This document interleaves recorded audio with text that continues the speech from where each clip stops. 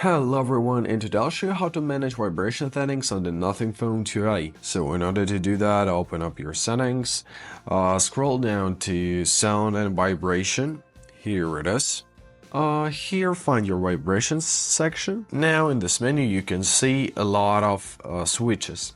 For example, you can enable or disable vibrate for calls, notification vibration, vibrate during a call, touch feedback.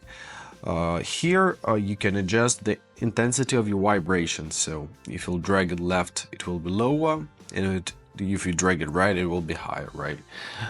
For additional settings, simply and to save the changes, simply go back in your menu and they're automatically saved. For additional settings, here in sound and vibration section, scroll down to your charging sounds and vibration.